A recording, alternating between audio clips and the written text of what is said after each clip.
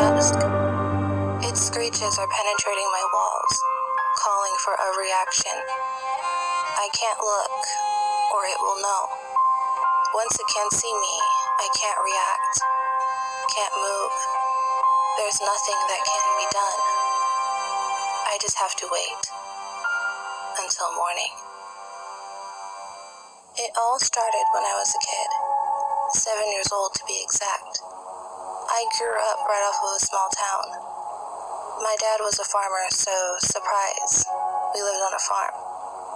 My family owned around 150 acres of land, most of which consisted of thick woods. I would often have friends come over, and my dad would light a campfire and tell horror stories to us all. I remember one time he even made my friend pee himself, so we had to go in for the night. However, my dad never told me this one. Maybe because it wasn't fake. Maybe he held on to this one because he was hoping I wouldn't have to live through it. I'm sorry, Dad. Your effort failed. One night, at the age of 7, I woke up in the middle of the night.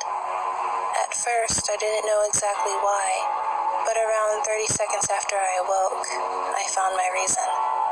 I can't forget the first time I heard it. I thought my ears would start bleeding. The yell was extremely high-pitched and so loud. It sounded like what you might imagine a young woman would sound like if she were being brutally murdered. Except, it sounded like her mouth was right next to my ears. I couldn't hear myself think. It would screech for 5 seconds, then be quiet for 30. I was petrified. I couldn't move. Remember when you were a kid and you would hear something just out of your view, and even though you knew it was nothing, deep down you were still scared and couldn't move? Well, it was kind of like that, except I didn't know I was okay. I was scared, right down to my bones. After a couple minutes of screeching, I finally started to get up. I was too scared not to know, and it sounded like it was coming from the edge of the forest. I sat up in my bed and swung my legs over. I lived on the second story of my house, so in order to see the ground, I had to be closer to the window. I started walking towards the window. Another shriek caused me to wince and cower. Before I recovered, I was wrapped into a bear hold, and a man's hand covered my mouth. I tried to fight back, tried to yell, but the hand prevented my noise from being too loud. My dad's voice calmed me down as his hand began to loosen from my mouth. It was too late, though. It had heard me. I saw it then on the edge of the forest. It looked kind of like a person, but it was much taller, at least 12 feet.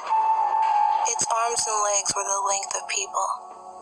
Its features were hidden by the darkness, its silhouette standing eerily still in the moonlight. But its eyes, they were piercing bright, vibrant white dots in the distance. They were looking right at me.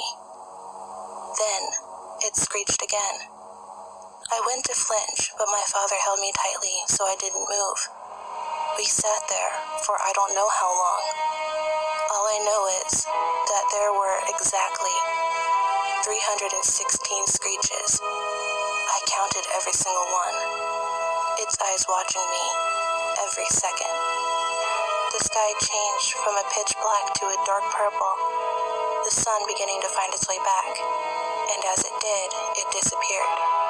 It was there 1 second, gone the next, and when I had noticed it was gone, my father released me.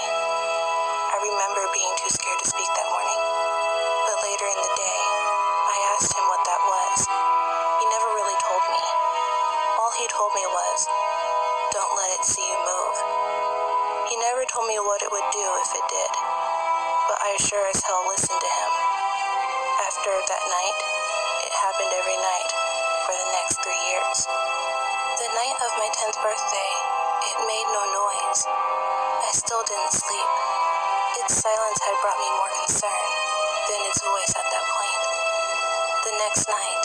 it started back up again.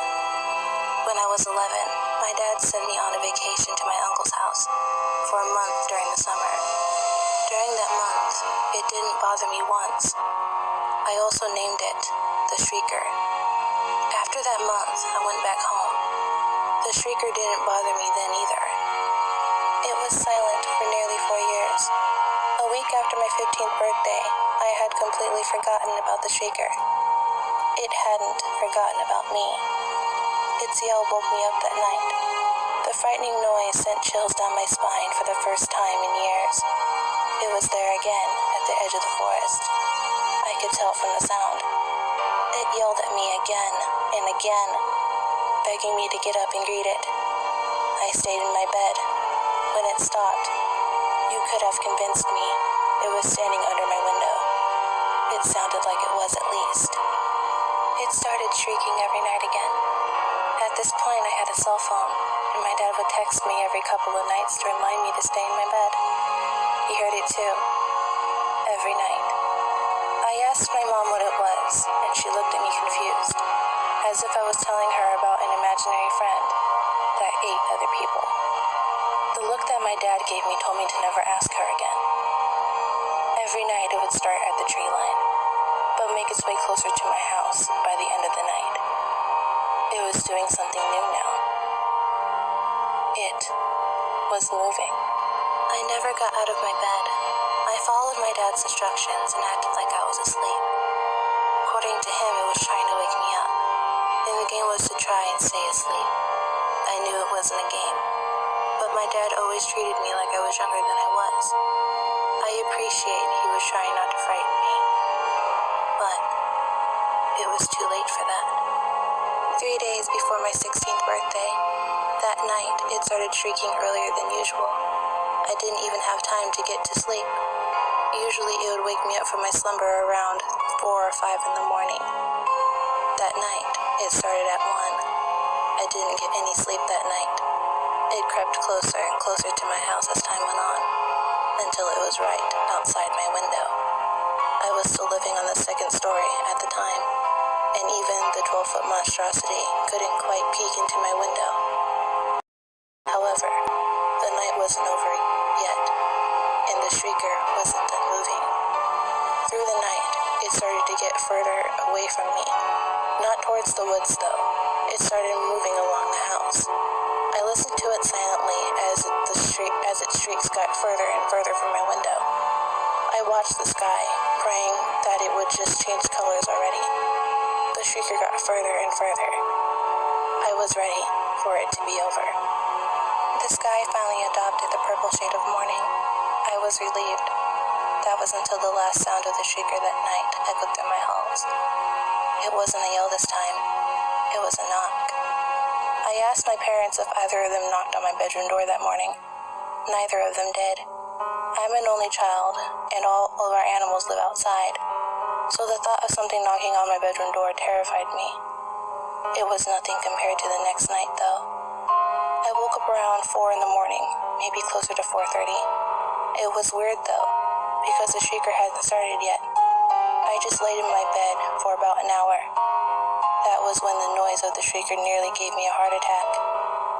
It was right outside my bedroom door. I jumped. I'm glad the door was closed, because it would have definitely seen my movement.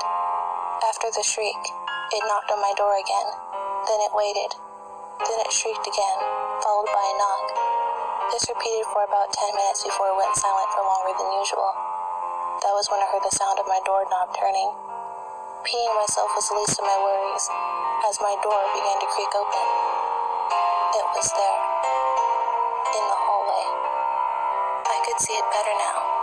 Its eyes were still glowing light, making it hard to see, but its features were noticeable now. It wasn't wearing any clothes, but also it didn't have anything, anywhere. Its entire body was smooth, other than its face. The eyes blinded me, but I saw its mouth.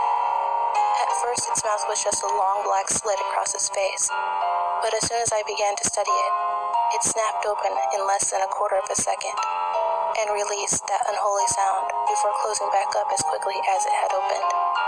I was so scared that I couldn't move. even if I wanted to.